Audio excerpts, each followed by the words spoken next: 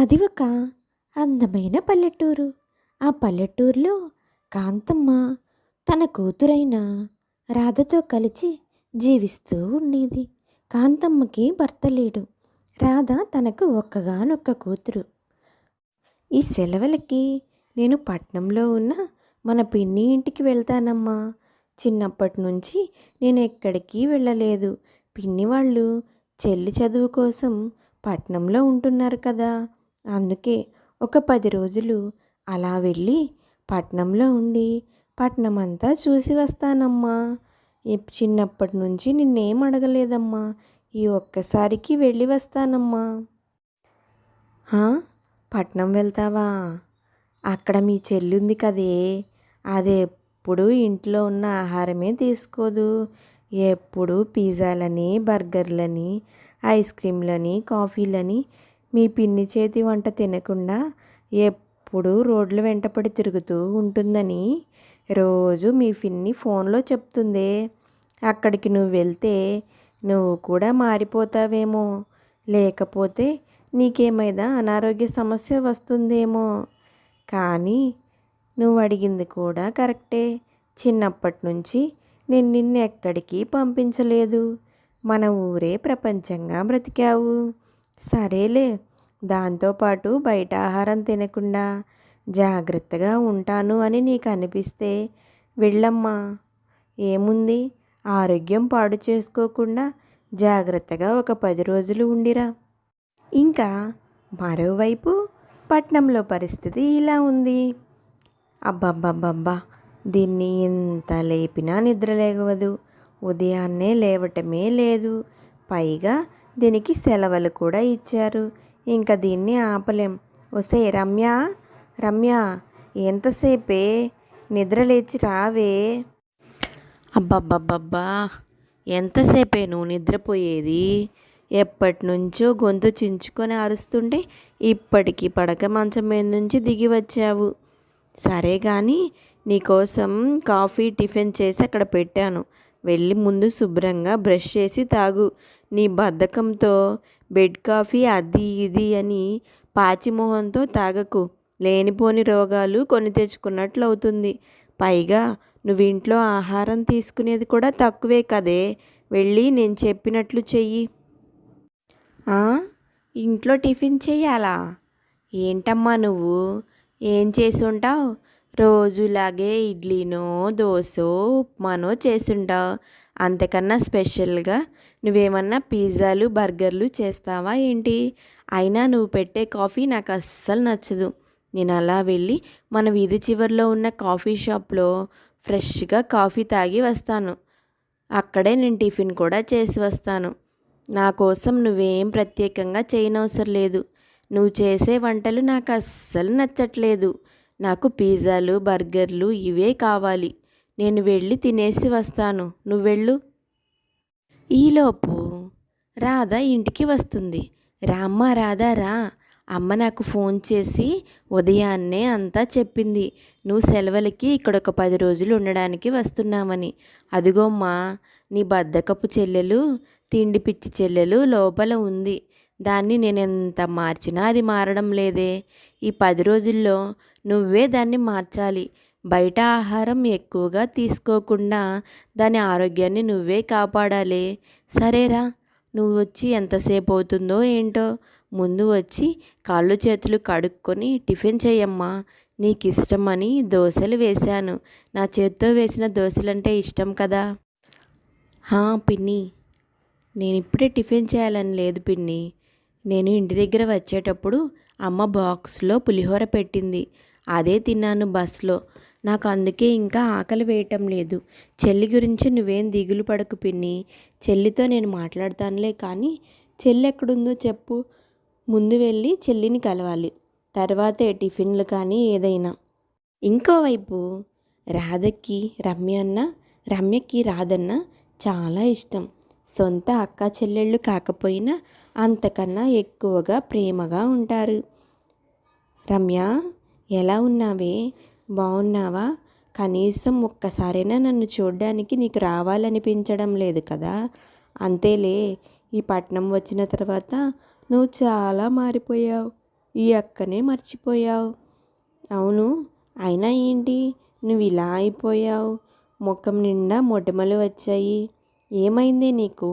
సరైన ఆహారం తీసుకోవట్లేదా ఏంటి అని అడుగుతుంది రాధ రమ్యని. నేను సరైన ఆహారం తీసుకోకపోవడం ఏంటక్క? రోజు పిజ్జాలు బర్గర్లు అన్నీ తింటున్నాను. చాలా ఆహారం తీసుకుంటున్నాను. చాలా బలంగా కూడా ఉన్నాను. అయినా నువ్వెలా ఉన్నావు? నేను కాలేజీకి వెళ్తున్నానని నీకు తెలుసు కదే, అందుకే రావడానికి కుదరటం లేదు. పైగా మన ఊర్లో పిజ్జాలు బర్గర్లు దొరకవు కదా, బిర్యానీలు కూడా దొరకవు. అందుకే మన ఊరు తక్కువగా వస్తున్నాను. అంతేకాని నీ మీద ప్రేమ లేక కాదు. అయినా ఫోన్లో రోజు మాట్లాడుకుంటూనే ఉన్నాం కదా. సరేరా, నేను కాఫీ తాగడానికి బయటికి వెళ్తున్నాను. మన ఇద్దరం కలిసి ఆ వీధి చివరున్న కాఫీ షాప్లో కాఫీ తాగి వెంటనే వద్దాం. అక్కడ కాఫీ చాలా టేస్ట్గా ఉంటుందక్క.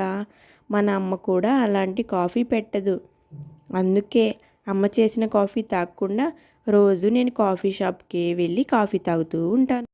ఆగు చెల్లి, కాఫీ కూడా బయటికి వెళ్ళి తాగడం ఏంటి? సరే, రోజు అమ్మ చేతి కాఫీ తాగి బోర్ కొట్టిందంటున్నావు కదా, ఈరోజు నేను నీకోసం కాఫీ తీసుకొని వస్తాను. వెరైటీగా ఈరోజు నాతో కలిసి ఇంట్లోనే కూర్చొని నేను చేసిన కాఫీ తాగు అంటుంది రాధ. నువ్వు చేసిన కాఫీయా? నువ్వు చేసిన కాఫీ అంటే నాకు చాలా ఇష్టం అక్క.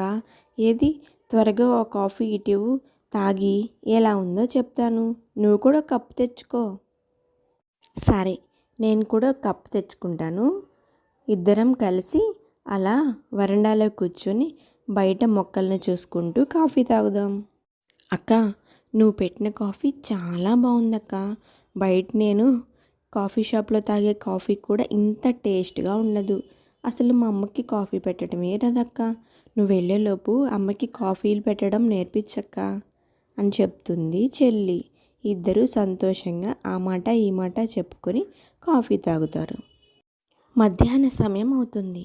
అక్క, మధ్యాహ్నం అయింది కదా, ఇద్దరం అలా రెస్టారెంట్కి వెళ్ళి బిర్యానీ తిని వద్దాం పదక్క.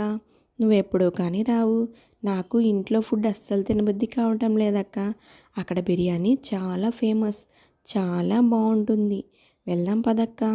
లేదు చెల్లి, నాకు బయట ఆహారం తీసుకోవడం అలవాటు లేదు. బయట ఆహారం తింటే నా ఆరోగ్యానికి అస్సలు మంచిది కాదు. అమ్మకి మాటిచ్చొచ్చాను బయట ఆహారం తీసుకోను అని. అందుకే నేను ఇంట్లోనే స్పెషల్స్ నేనే చేస్తాను. నీకేం కావాలో చెప్పు, మనిద్దరం ఇంట్లో కూర్చొని అదే ఆహారాన్ని తిందాం. సరే అక్క, ఒక పని చెయ్యి. నేనా బయట ఫుడ్ తీసుకోకుండా ఉండలేను, నువ్వేమో బయట ఫుడ్ తినవు. సరే, నీకోసం నువ్వు ఇంట్లో ఆహారాన్ని తయారు చేసుకో, నేను బయట నుంచి భోజనాన్ని తెచ్చుకుంటాను.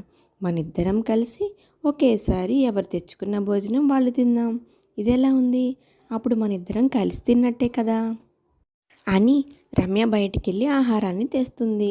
రాధ ఇంట్లోనే ఆహారాన్ని తయారు చేస్తుంది. ఇద్దరు ఎవరి భోజనాన్ని వాళ్ళు టేబుల్పై పెట్టుకొని తింటూ ఉంటారు.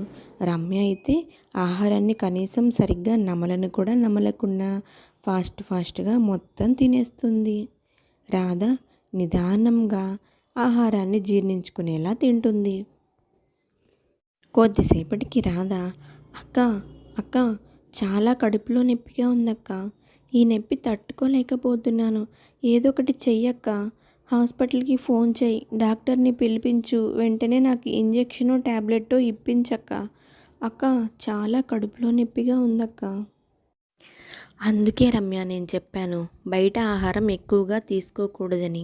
నీకు ఫుడ్ పాయిజన్ అయినట్లుగా ఉంది. సరే, నేను వెళ్ళి ఒక కషాయం తీసుకొచ్చి ఇస్తాను. ఆ కషాయం తాగు.